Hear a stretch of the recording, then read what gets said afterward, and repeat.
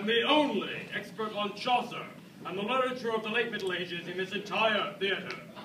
That means you must listen very quietly while I talk very slowly. There was also a Reeve and a Miller, a Somnor and a Pardoner also. Hey, I thought we got rid of you. What are you still doing here? I'm the expert. Yeah, an expert at boring us to death. Where's the stage manager? I thought you got rid of him. I didn't go. You must have snuck in the stage door. I did not. I didn't knock anyone out either. Just get him out of here. Podium. Thank you. I apologize for that, ladies and gentlemen. We will now begin with Act 2. We left our pilgrims making their way to Canterbury and partaking in the telling of the tales. And now, the Canterbury Tales, Act 2. Yeah.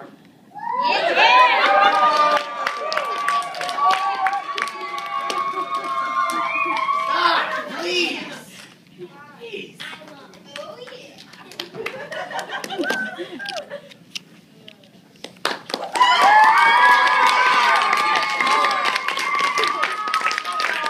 Bravo.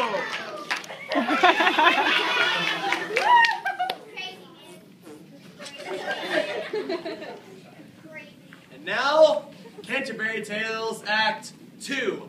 Our pilgrims are still making their way to Canterbury and partaking in the telling of the tales. What is that? It's a delicious pizza. The cook made it. Oh, I'm going to regret asking this, but what's in it? Take a look for yourself. Oh, jeez. What is that? Oh. It's a gruel pizza. A thick mixture of watered down oats, a little bit of salt, and that's about it. Oh, and a little bit of mozzarella cheese, if you know what I mean. That's disgusting. Well, it's either that or pepperoni. I'm a vegetarian, you know. You're never going to finish the Canterbury Tales now. I'll finish it. Actually, you won't. You see, he fooled around for 15 years or so, but he never finished the Canterbury Tales. So go finish your pizza.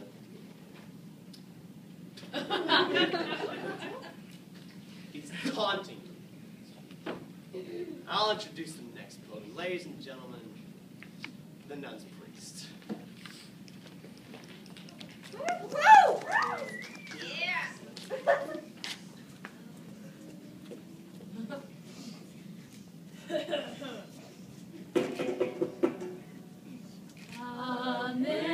Amazing grace, how sweet the sound that saved a wretch like me. I once was lost, but now I'm found. Was blind, but now I see. That was awful. I am ashamed of all of you. What are you directing it?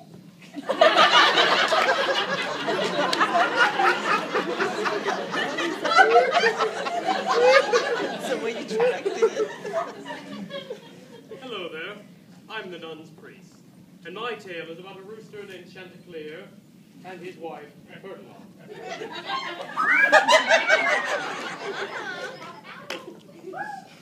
I know we don't give a lot of thought to poultry unless we're having lunch at Chick-fil-A. Hey! Don't talk like that. Sorry. Anyway, after my tale, I'll be taking up a collection for the poor, hearing confession, and doing other priestly things. By the way, there is a moderate amount of violence in this tale, which may not be suitable for the pre-confirmed or those with certain cardiovascular conditions. If you fit one of those two categories, please place your hands over your ears and face the back of the auditorium. Right. Now, let us hear the tale of Chanticleer, the greatest of roosters. Oh, sure. He's the greatest, all right. Chanticleer's job every morning was to wake up everyone on the farm, human and animal alike, at the crack of dawn. Hey! Wake up, you bunch of lazy slobs! You gonna sleep all day? Crying out loud. I wish you wouldn't do that.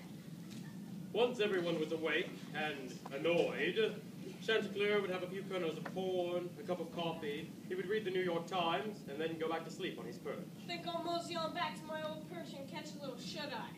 I suppose that leaves me to scurry around the barnyard and sit on them filthy eggs. And try to avoid being Sunday dinner. You know, my mama warned me about roosters like you.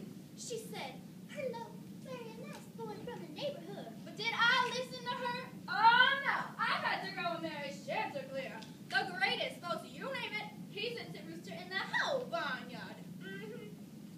One particular day, Chanticleer was sleeping on his perch, and Perdlaw was out in the yard, scratching around and talking on her cell phone.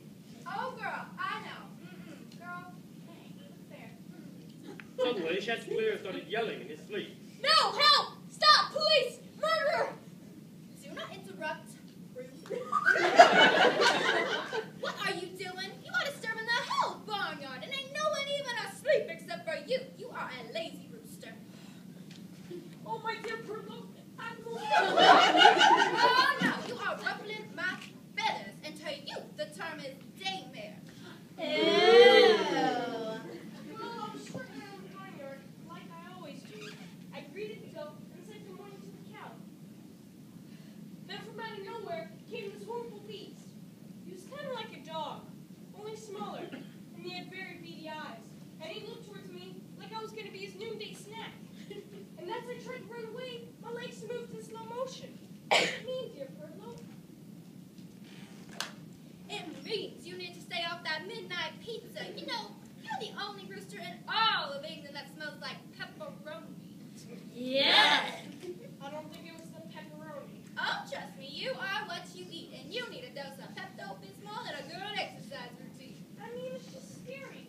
Once my Aunt Helena dreamed that she had the same dream three times in a row of a friend Jessica crying out for help. When Aunt Helena finally went to go look for Jessica, she was gone. Bum, bum, bum!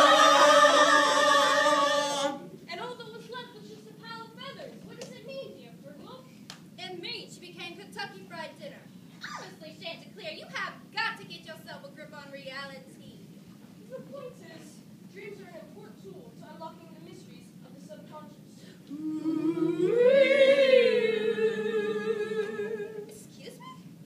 It doesn't matter. I'm going to be murdered. Oh, ain't nobody got time for that. I'm supposed to have lunch with some of the hens. We're gonna go sit in front of the pig pen and say, bacon strips, bacon strips, bacon strips. Now, why don't you strut around the barnyard or something and act like you're important? I am important. I guess I can't act like a rooster. Hey! Wake up, you bunch of lazy slobs! You gonna sleep all day? Yeah, I am cool. Poor Chanticleer didn't realize that his dream had just been as he originally feared. As he strolled to the edge of the barnyard, a hungry fox was prowling around to grab his noonday meal.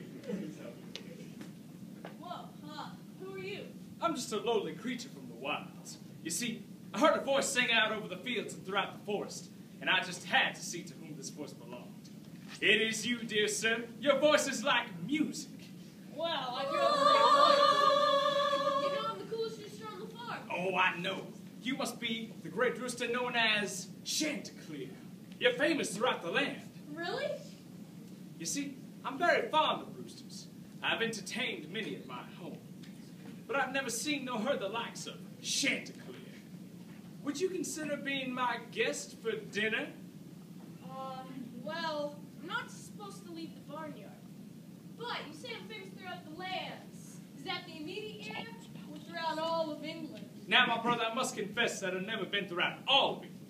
But I would not be surprised if your outstanding reputation hadn't spread throughout all the British Empire. Wow, I'm famous. I always knew I'd be famous one day. Brother, I'd be honored if you would perform your roostering abilities for us. Now? Of course. Okay. But, sir, I have been told that one's rooster call travels much further if one closes their eyes. Can't hurt to try it. Here goes. Well, now, it looks like you'll be joining me for dinner after all. Bum, bum, bum! Do you happen to be a predator? I, sir, am a fox. I most certainly am a predator. Bum, bum, bum! I thought so. No! Help! Stop! Police! Murderer! We'll have none of that. Oh, no! Oh, security! Oh, no, you better hide your kids, hide your wives, and hide your husbands, because they're snatching all the roosters in the kingdom. Amen. There they are. Let's get on.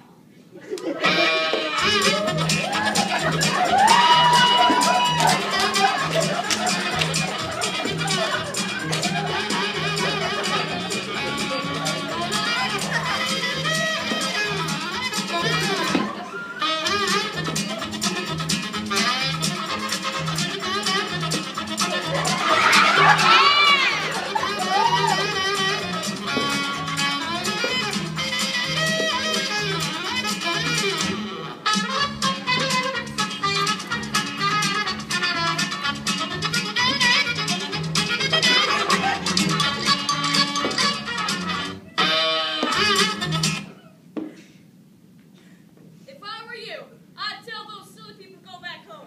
Because they'll never find you once you've entered the forest. And you're having rooster for dinner.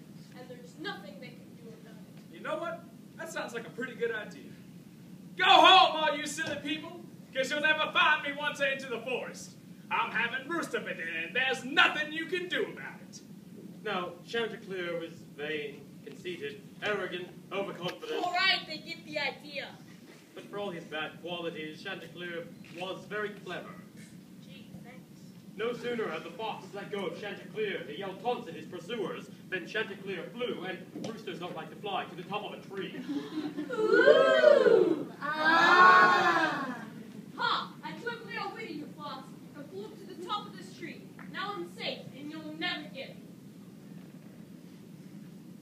Brother, that's a desk. No, it's a tree. Man, it's a desk. Darn gypsies. Come on, brother, I ain't got time for this. There they are. Let's get them again. Yeah.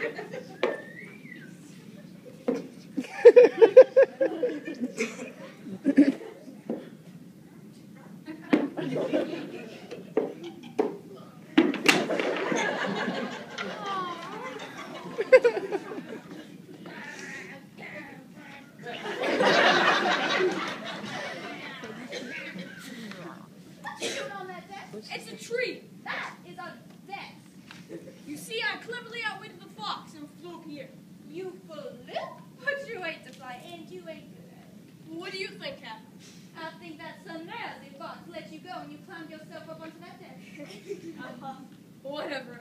Would you help me down? Oh, no. You got yourself up there. You can get yourself down. Well, what do you think about my dream now? About the same thing I thought 5 minutes ago. Why?